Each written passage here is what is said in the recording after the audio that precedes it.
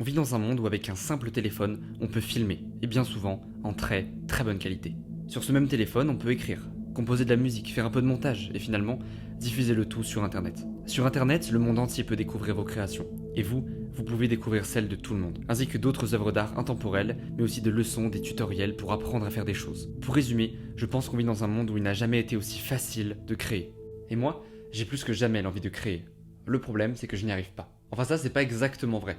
L'envie de créer, je l'ai. Dans mon téléphone, je dois avoir des centaines d'idées de films, de fiction audio, de musique, que sais-je. Mais la plupart de ces choses, de ces idées, ne seront jamais concrètement réalisées, parce qu'elles me font peur. Ce sont des histoires, des projets qui me paraissent trop grands.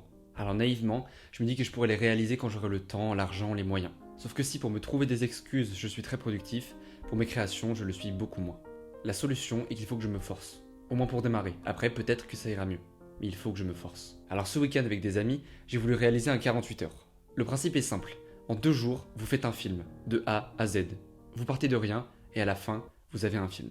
Samedi 21 mai, minuit, on s'est tous appelés sur Discord et on a trouvé une idée. De 11h à 15h, on a écrit un scénario. On l'a répété, on l'a corrigé. Et notre film se déroulant intégralement de nuit, à 22h, on commençait le tournage. À faire un film, à fabriquer un film.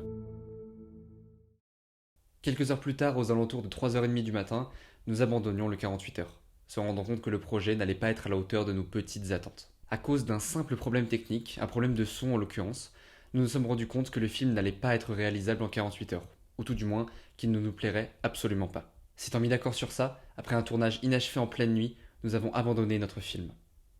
Nous avons échoué. J'ai échoué. Tout comme il y a quelques mois où je vous promettais sur cette chaîne YouTube 6 vidéos pour fin 2021. Au final, je n'en ai fait que 3. Les 3 autres vidéos que j'avais prévues étaient une chronique sur Dune et le cinéma de Denis Villeneuve, une vidéo sur les cinémas dits art et essai, ainsi qu'un top 10 des films que j'avais vus au cours de l'année 2021. Au final, aucune de ces 3 vidéos ne verra le jour. Le problème, c'est qu'il m'arrive trop souvent de me rendre compte de la médiocrité d'un projet en plein milieu de celui-ci. Dans ma tête, mes idées sont brillantes, mais dès que j'essaie d'en fabriquer une, je me rends compte que c'est au mieux très moyen. Hier, j'ai voulu faire un 48 heures. Hier matin, je me réveillais à l'idée que j'allais avoir un film aujourd'hui. Aujourd'hui, je me réveille et je n'ai rien. Frustré de rester sur un tel échec, je vous propose cette vidéo.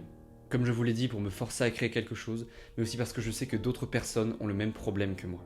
Beaucoup de gens ont de grands rêves et débordent d'imagination. Ils veulent devenir quelqu'un.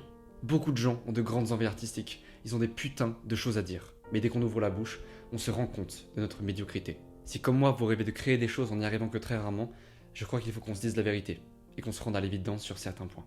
Il faut se forcer à créer. À écrire, à filmer, à composer, à photographier, que sais-je, vous devez vous forcer à créer. Hier, c'est ce que j'ai fait. Et si concrètement ça aurait été un lamentable échec, cette expérience aurait été un exercice. J'ai fait des erreurs, et à l'avenir j'en ferai sûrement beaucoup d'autres. Mais maintenant je sais lesquelles il ne faut pas que je reproduise. Il n'y a pas de moment idéal pour créer. Et ce pour une raison toute simple. Le monde ne vous attend pas.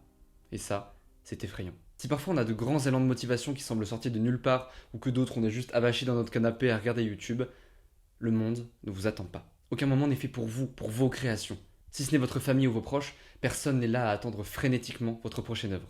Sauf que si vous êtes là, c'est que vous avez envie de créer des choses et de les partager avec le monde. Alors si le monde semble vous dire non par la porte, il faut passer par la fenêtre. Si vous avez une idée et qu'elle vous semble bonne, il est très peu probable que vous soyez la seule âme sur Terre à penser ainsi. Alors travaillez-la, travaillez-la, travaillez-la encore. Et au bout du compte, partagez-la. Dès que j'ai eu l'idée de cette vidéo ce matin, je l'ai écrite et réalisée dans la foulée. Et je sais qu'elle ne sera pas parfaite, qu'elle ne sera pas à la hauteur de mes attentes. Parce qu'à chaque fois que je termine quelque chose, je ne vois que ce qui aurait pu être au lieu de ce qui est. Je sais que je suis médiocre.